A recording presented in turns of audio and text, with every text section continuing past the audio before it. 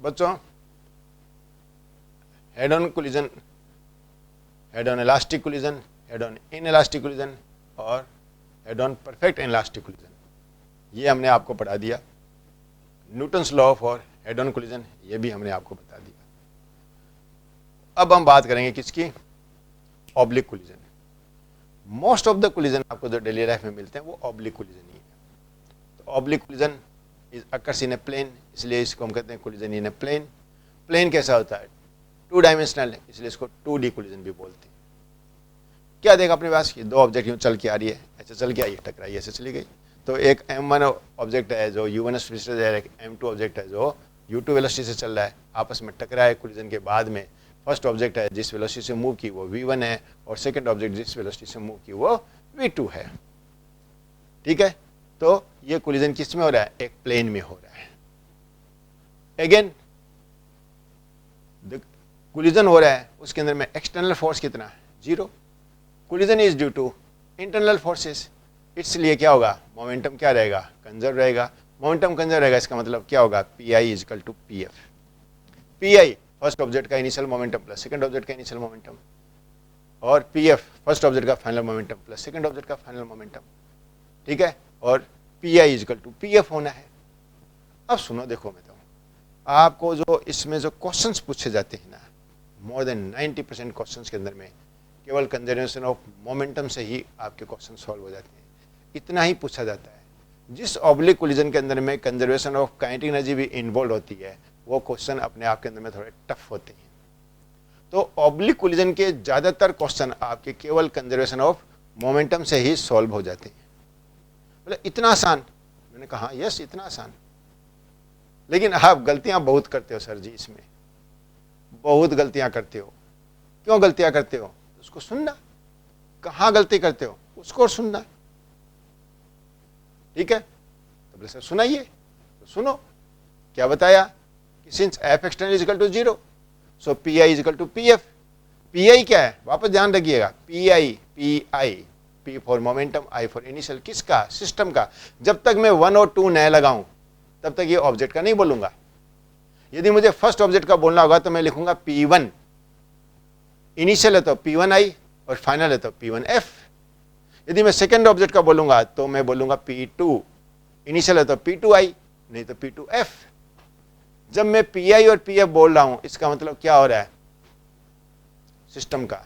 तो vector Pi is equal to vector Pf। एकदम सुनो, हम किसमें, हेड ऑन कोलिजन के अंदर में, तो हमने फिर भी अपने पास एक बार वेक्टर फॉर्म लिखा और उसके बाद में उस वेक्टर फॉर्म से हम स्केलर फॉर्म में आ गए। क्यों आ गए, because all 4 velocities u1, u2, v1, v2 are along same line, वो सब एक सेम लाइन में होती है, एक ही डायरेक्शन में होती है, एक डायरेक्शन के अलोंग होती है, तो वो डायरेक्शन कैंसिल हो जाती है, अपोजिट हो जाती है तो माइनस साइन आ जाता है, बस इतना ही होता है।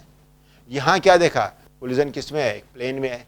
प्लेन में है तो हमने क्या दिया, let that plane is XY प्लेन। ठीक है, जो हमने जो कोलिजन ले रहे हैं वो किस में ले रहे हैं, XY प्लेन में ले रहे हैं। So all the 4 momentas of the object, 2 momentas before collision and 2 momentas after collision, वो भी किस में होंगे, XY प्लेन में होंगे। XY प्लेन में होंगे तो उन मोमेंटम्स के भी क्या होंगे, X और Y कंपोनेंट्स होंगे। तो फर्स्ट पार्टिकल के मोमेंटम के X और Y कंपोनेंट, सेकंड पार्टिकल के मोमेंटम के X और Y का component before collision and after collision दोनों होने हैं। ठीक है, तो सिस्टम के मोमेंटम में भी क्या होगा, सिस्टम का जो टोटल मोमेंटम होगा बिफोर कोलिजन वो भी किस में होगा, XY प्लेन में होगा, और सिस्टम का फाइनल मोमेंटम होगा वो भी XY प्लेन में होगा। ठीक है, तो since F external is equal to 0 therefore Pi is equal to Pf, और Pi कितना, तो मैं अब लिखता हूं Pi is equal to vector Pi is equal to vector Pf।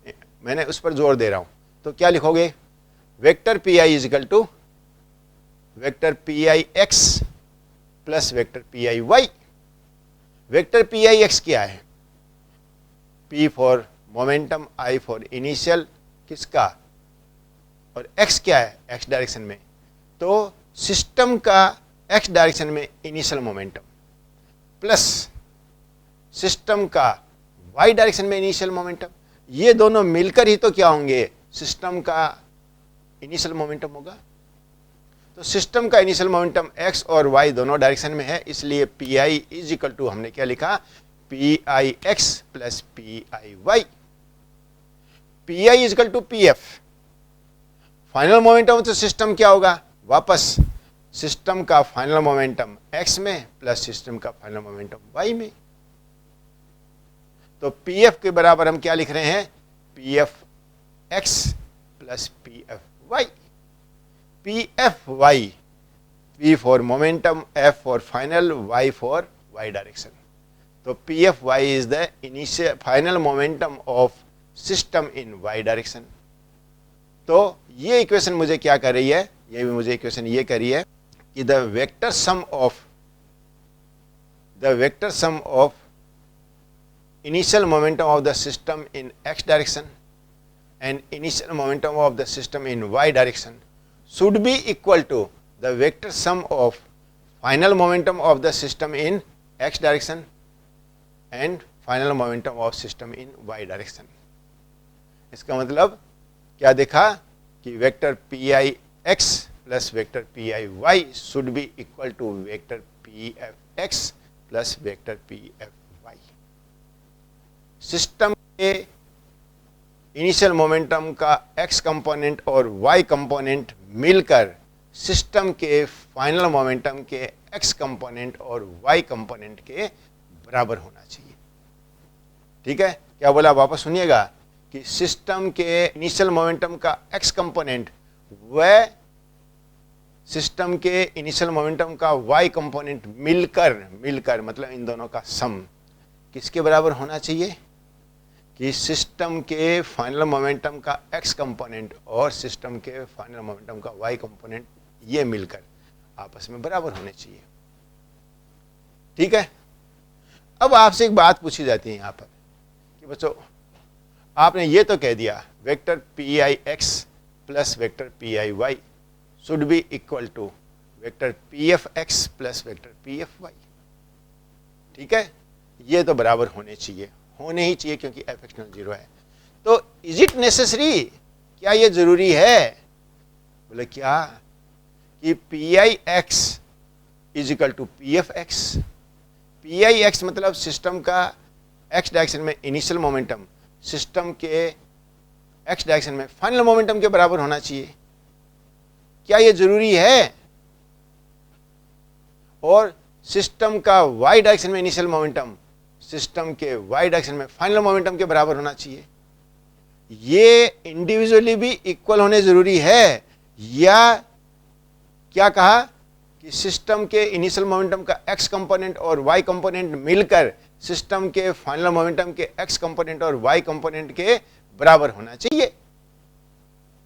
P I X plus P I Y is equal to P F X plus P F Y, यही बराबर होना चाहिए। मतलब इनिशियल मोमेंटम के एक्स और Y component के sum final momentum के X और वाई कंपोनेंट के सम के बराबर होने चाहिए, या इनिशियल मोमेंटम का एक्स कंपोनेंट फाइनल मोमेंटम के एक्स कंपोनेंट के बराबर हो और इनिशियल मोमेंटम का वाई कंपोनेंट फाइनल मोमेंटम के वाई कंपोनेंट के बराबर हो। यह जरूरी है क्या, मैं बराबर पूछता हूं बच्चों से। ये तो है, ये तो आपको दिख रहा है कि इनिशियल मोमेंटम का एक्स कंपोनेंट और इनिशियल मोमेंटम का वाई कंपोनेंट मिलकर फाइनल मोमेंटम के एक्स कंपोनेंट और फाइनल मोमेंटम के वाई कंपोनेंट को मिलाकर आपस में बराबर होने चाहिए। दोनों के सम तो बराबर होने चाहिए। कोई जरूरी है क्या कि इनिशियल मोमेंटम का एक्स कंपोनेंट फाइनल मोमेंटम के एक्स कंपोनेंट के बराबर हो और इनिशियल मोमेंटम का वाई कंपोनेंट फाइनल मोमेंटम के वाई कंपोनेंट के बराबर हो? ये जरूरी है क्या? 31 ईयर्स हो गए पढ़ाते हुए। मोस्ट ऑफ द स्टूडेंट्स कहते हैं सर ये जरूरी नहीं है। क्या जरूरी है कि भैया एक्स डायरेक्शन में और वाई डायरेक्शन में मोमेंटम इनिशियल मोमेंटम मिलकर एक्स डायरेक्शन में और वाई डायरेक्शन में फाइनल मोमेंटम मिलकर आपस में बराबर हो जाने चाहिए। जरूरी नहीं है कि सब एक्स डायरेक्शन में इनिशियल मोमेंटम और एक्स डायरेक्शन में फाइनल मोमेंटम आपस में बराबर होने चाहिए, या वाई डायरेक्शन में इनिशियल मोमेंटम और वाई डायरेक्शन में फाइनल मोमेंटम आपस में बराबर होने चाहिए। ये कोई ज़रूरी नहीं है। अरे बच्चों, यही तो गलती है और यहीं पर आप मात खाते हो और यहीं पर ऑब्लिक कोलिजन में गलती करते हो। क्या गलती करते हो? अरे शुरू दिन से आपको एक बात बता रहा हूं, फिर भूल जाते हो। याद रख लो, दिमाग में सेट कर लो उस बात को। अरे ये मेरे एकदम से कॉपीराइट बात है मेरी, पिछले 31 साल से मैं इस बातों को समझा रहा हूं, और जिस तरह से मैं बताता हूं, जिस लैंग्वेज में मैं बोलता हूं, आज तक कोई नहीं बोलता है, किसी ने नहीं बोला। अब कॉपी करने लग जाएंगे, ठीक है, अब कॉपी करने लग जाएंगे, क्योंकि अभी तक तो हम सारा काम क्या था, ऑफलाइन था। ऑफलाइन था तो हमारी सारी चीज़ें हमारे डोमेन में थी। अब इनको ऑनलाइन के अंदर में आज सब चीज़ को सब लोग देखते हैं, सब लोग पूरे ग्लोबली चीज़ हो गई अपने पास, तो सुन सुन के लोग अब कॉपी करेंगे। कोई दिक्कत नहीं, कीजिए कॉपी, चीज़ तो मेरी है। कौन सी, याद कर लो ना, पहले भी बुलवाई है। बोले सर एक बार वापस बताओ, बोलते तो तुम्हारे तुरंत ध्यान में आ जाएगी कि अरे हाँ। जरूरी नहीं है कि इन दोनों का सम मिलकर, तो किसका इनिशियल मोमेंटम का एक्स कंपोनेंट और वाई कंपोनेंट मिलकर फाइनल मोमेंटम के एक्स कंपोनेंट और वाई कंपोनेंट के तो बराबर होना ही होना है, क्योंकि एफ एक्सटर्नल 0 है। इनिशियल मोमेंटम का एक्स कंपोनेंट फाइनल मोमेंटम के एक्स कंपोनेंट के बराबर होना है, ये भी जरूरी है, ये भी जरूरी है। और फाइनल मोमेंटम इनिशियल मोमेंटम का वाई कंपोनेंट फाइनल मोमेंटम के वाई कंपोनेंट के बराबर होना है, ये भी जरूरी है। दोनों के इनिशियल मोमेंटम के एक्स और वाई कंपोनेंट मिलकर फाइनल मोमेंटम के एक्स और वाई के तो बराबर होंगे ही होंगे, लेकिन इंडिविजुअली भी बराबर होंगे। बोले क्यों? अरे बोले याद करो ना, कौन सी बात, एक्स वाला एक्स की जाने, वाई वाला वाई की जाने, जेड वाला जेड की जाने। X Y Z are independent direction, mutually perpendicular direction और इंडिपेंडेंट डायरेक्शन। इतना बोलते सारे बच्चे कहते हैं हाँ, अब समझ में आया सर। यस, समझिए कि इनिशियल मोमेंटम के एक्स कंपोनेंट और वाई कंपोनेंट मिलकर फाइनल मोमेंटम के एक्स कंपोनेंट और वाई कंपोनेंट के बराबर तो होंगे ही होंगे, लेकिन इनिशियल मोमेंटम का एक्स कंपोनेंट फाइनल मोमेंटम के एक्स कंपोनेंट के बराबर होगा। It is necessary that the P X should be equal to P F X. That means momentum of the system in x direction is separately conserved, and the momentum of the system in y direction must be separately conserved. For that, pi y is equal to pf y in vector form. Vector pi y is equal to vector pf y. जितना initial momentum y direction में था, system का final momentum भी y direction में उतना ही होना चाहिए, और जितना सिस्टम का मोमेंटम x डायरेक्शन में था, फाइनली मोमेंटम भी x डायरेक्शन में उतना ही होना चाहिए। क्यों होना चाहिए? क्योंकि सर जी x वाला x की जाने, उसको y वाले से कोई मतलब नहीं है, y वाला y की जाने।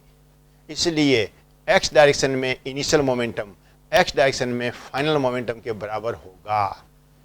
जितना मोमेंटम सिस्टम का स्टार्टिंग में इनिशियली x डायरेक्शन में था, अब सिस्टम का फाइनली भी x डायरेक्शन में उतना ही मोमेंटम होगा। कुछ नहीं करना बच्चों, आपको पूरे ऑब्लिक कोलिजन के क्वेश्चनों के अंदर में आपको x डायरेक्शन में मोमेंटम सेपरेटली कंजर्व करना है और y डायरेक्शन में मोमेंटम सेपरेटली कंजर्व करना है। क्यों करना है? क्यों नहीं करना? क्यों नहीं करना? इसलिए करना है कि x, y, z are independent direction. x वाला x की जाने साहब, उसको y वाले से कोई मतलब नहीं है, और y वाला y की जाने। यदि सिस्टम का y डायरेक्शन में मोमेंटम नहीं था इनिशियली, और फाइनली उसका यदि y डायरेक्शन में मोमेंटम हो जाना है, तो हम कहेंगे इट इज नॉट पॉसिबल। ये पॉसिबल कब होगा? If there is some external force. और जो कोलिजन हम पढ़ रहे हैं उसके अंदर में कोई एक्सटर्नल फोर्स नहीं है। यदि एक्सटर्नल फोर्स नहीं है, तभी भी initial momentum of the system is must be equal to the final momentum of the system. Pi should be equal to Pf. यदि एक्सटर्नल फोर्स हो गए तो हमारे कोई भी फॉर्मूले काम के नहीं हैं। हमने जितने भी फॉर्मूले आपको कोलिजन में पढ़ाए हैं, जितना भी आपको कोलिजन पढ़ाया है, चाहे वो हेड ऑन कोलिजन है, चाहे वो इलास्टिक कोलिजन है, हेड ऑन इलास्टिक कोलिजन है, इन सब के अंदर में हमने आपको क्या लेकर चला है कि F external is equal to 0। F external 0 है, इसलिए मोमेंटम कंजर्व है। मोमेंटम कंजर्व है तो मोमेंटम यदि किसी प्लेन में है तो momentum should be conserve separately in X as well as in Y also.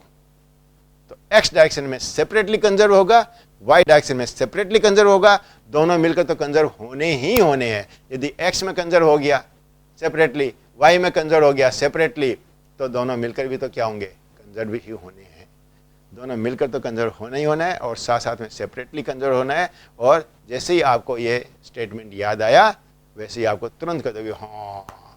इसीलिए मैंने कहता हूँ ये स्टेटमेंट बहुत काम का है पूरी मैकेनिक्स के अंदर में। ये स्टेटमेंट कौन सा स्टेटमेंट, तो वापस एक बार बोल लें कौन सा, कि साहब एक्स वाला एक्स की जाने, वाई वाला वाई की जाने, जेड वाला जेड की जाने, X Y Z are independent direction, mutually perpendicular directions are independent direction. हमारा जो फ्रेम ऑफ रेफरेंस है उसके अंदर में हमने एक्स वाई और जेड ये म्यूचुअली परपेंडिकुलर डायरेक्शन ली। वही बात समझ में बच्चों? तो ध्यान रखिएगा जब भी आपको ऑब्लिक कोलिजन की बात आए तो आप क्या कीजिएगा, देख लीजिएगा कि ये कोलिजन कौन से प्लेन में है। ठीक है, तो टोटल मोमेंटम तो कंजर्व रहना ही रहना है और एक्स डायरेक्शन में सेपरेटली कंजर्व रहना है, वाई डायरेक्शन में सेपरेटली कंजर्व रहना है। यदि जेड डायरेक्शन में भी हो तो जेड डायरेक्शन में भी सेपरेटली कंजर्व रहना है। तो this is all about your collisions. सारे क्वेश्चंस आपके इनसे हो जाएंगे, आप इनको याद रखिए, न्यूमेरिकल कीजिए और आराम से क्वेश्चन सॉल्व होंगे। नहीं होते हैं तो डाउट पूछिए।